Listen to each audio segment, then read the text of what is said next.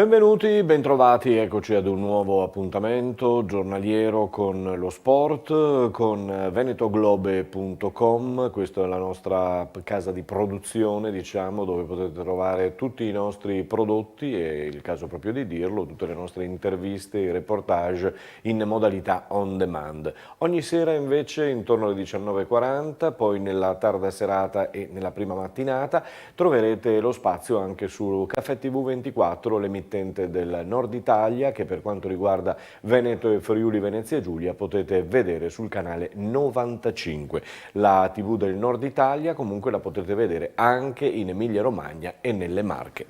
Apriamo il nostro spazio giornaliero sportivo con la nazionale di Mancini. Avete visto, dopo il 2-0 contro la Finlandia di Udine c'è stata la vittoria, anzi si è dilagati fortunatamente perché servivano gol, 6-0, scusatemi, 6-0 per quanto riguarda la vittoria dell'Italia sul Liechtenstein allo stadio di Parma. Quagliarella, eccolo qui, doppietta che entra nella storia come quella realizzata dal giocatore più anziano della storia azzurra. Lui è ritornato in nazionale dopo ben 9 anni di assenza.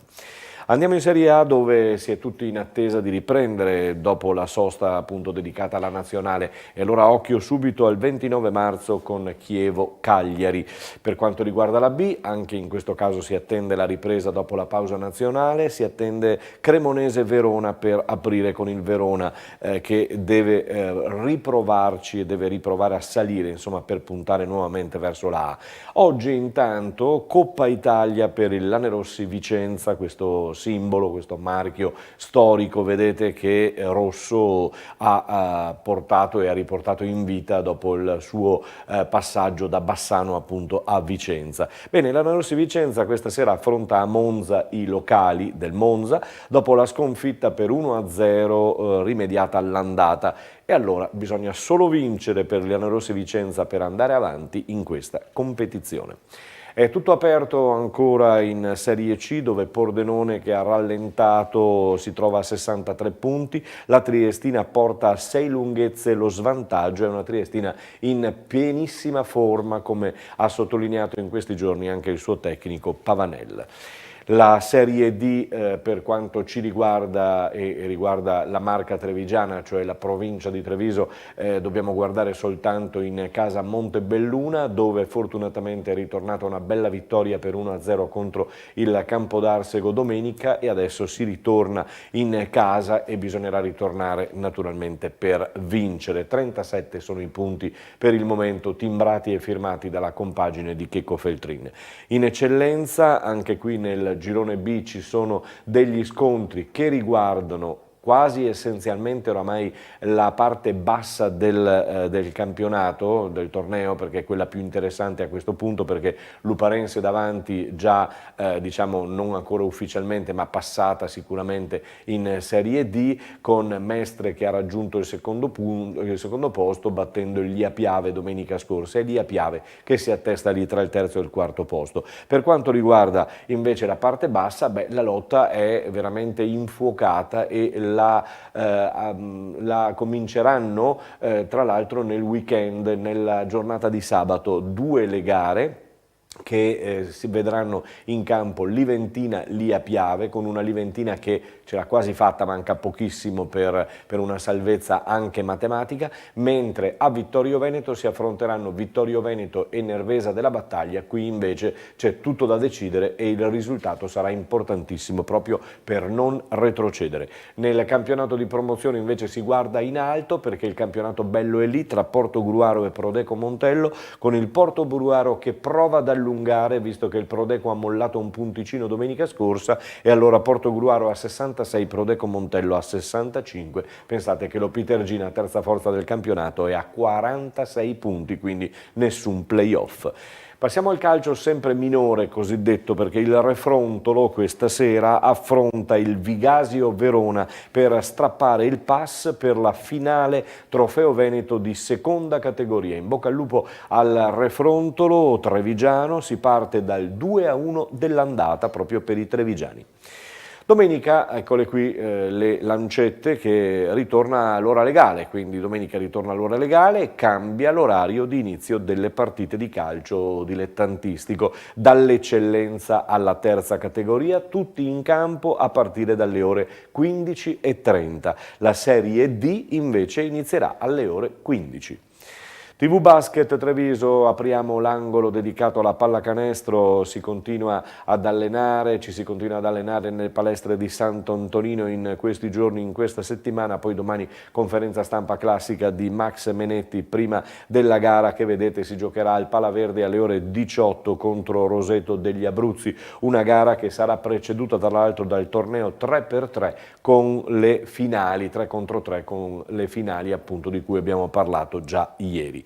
Il nostro panorama cestistico si avvale oggi di questa bella foto in bianco e nero, tra l'altro per il Ponzano femminile di Serie A2 che sabato sera avrà una partita casalinga al Pala Cicogna contro il Costa Masnaga. È una partita dura, difficile, perché il Costa Masnaga è la terza della classifica.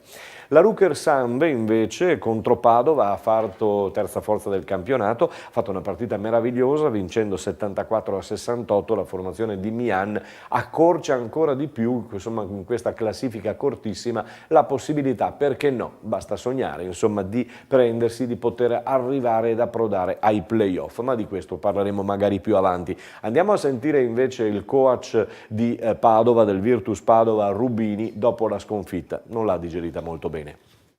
Coach, cosa è successo? Perché fino ad un certo punto ce l'avevate in mano questa gara. Se sapessi cosa è successo probabilmente sarei riuscito anche a mettere un freno all'emorragia. Sicuramente abbiamo smarrito un po' il filo del discorso con rotazioni che ci hanno portato a perdere un paio di palloni sanguinosi, mettendo in gioco giocatori che erano stati fuori fino a quel momento. Loro con pieno merito hanno capito quello che stava accadendo e ci hanno messo le mani dentro. Bravi loro. Sì, bravi loro, perché ad un certo punto, come dicevo, ce l'avevate proprio in mano. Poi è sanguinoso proprio questo quarto, non è più riuscito nemmeno, neanche chiamando qualche time out, a rimediare. La situazione è tale per cui quando i giocatori propriamente detti terminano un po' le energie o hanno bisogno di rifiatare, devo affidarmi anche alla gioventù. E alla gioventù non puoi chiedere che in un campo così caldo e con una situazione che per una volta, lasciatemelo dire, sarei anche un po' stanco di veder circolare per i campi arbitri che secondo me non hanno sicuramente né avvantaggiato né svantaggiato, ma non hanno fatto giocare non si capiva mai cosa poteva essere lecito, cosa non lo fosse, e di conseguenza abbiamo smarrito proprio mestamente il bandolo della matassa. Siete al terzo posto in classifica, comunque venivate da 2 sconfitte, la terza consecutiva, bisogna rifarsi subito. Decisamente sì, perché rischia di vanificare quello che questa squadra ha costruito incredibilmente, al di là anche di quelle che erano le aspettative. Mi spiacerebbe che i miei giocatori vivessero in maniera sommessa a questo momento. È assolutamente tutto logico, la perdita di Matteo Motta ha accorciato ulteriormente le rotazioni nello spot di guardia e quindi a volte ci ritroviamo con situazioni offensive abbastanza scontate che dai la squadra avversaria riesce a leggere. Buon finale. Speriamo lo sia. Questo il Daniele Rubini, il coach di Virtus Padova, e adesso passiamo al volley. Il volley maschile che ieri sera ha visto la vittoria di Trento nella Coppa CEV ai trentini. Era la coppa mancante questa, che finalmente adesso entra in bacheca. Nel femminile invece trionfa Busto Arsizio per 3-1 e torna dopo la vittoria nel 2012 della Supercoppa. Busto torna a fregiarsi di un nuovo titolo in questo nuovo corso societario. E sarà proprio Busto sabato sera al Palaverde a chiudere la regular season per la squadra dell'Imoco Volley Conegliano, per la squadra di Santarelli. Tra l'altro dovrà fare a meno di Marta Bechis si è infortunata alla caviglia, fortunatamente meno grave del solito, meno grave del previsto, diciamo così, una distorsione che in una quindicina di giorni insomma dovrebbe rientrare, quindi dovremmo rivedere Marta al suo posto regolarmente. L'Imoco Volley Conegliano, ricordo, è qualificata per le semifinali di Champions, perché martedì sarà di scena il Fenerbahce di Samantha Brithio al Palaverde, mentre poi il ritorno ad Istanbul si giocherà il 9, semifinali di Champions per aprirsi nuovamente la porta verso Berlino.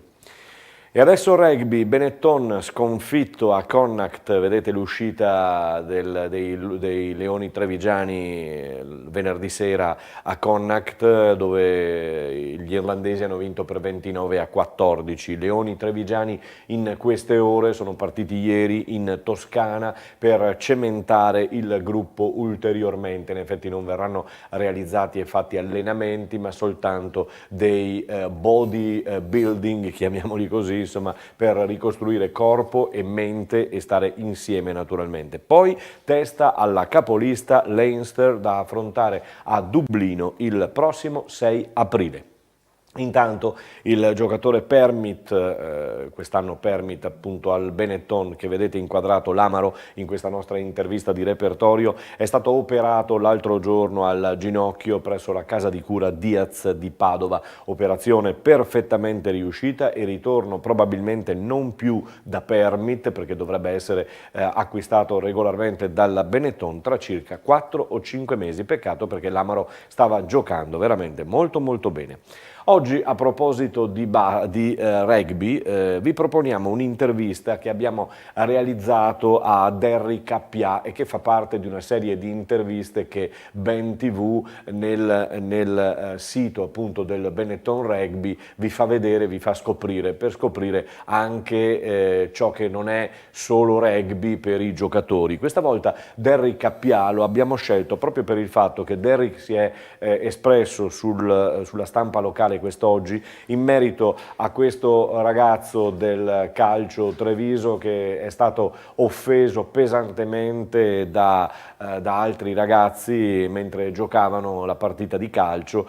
Si è sentito dire: negro, ti sotterriamo addirittura vivo. Un episodio capitato ad un giovane del Treviso, ma che vorremmo non capitasse a nessuno. E allora, proprio per farvi capire che insomma Derry Cappià, anche se ha detto non ha mai vissuto di questi episodi, è vicino a lui, e lo facciamo dandogli e decretandogli questa intervista.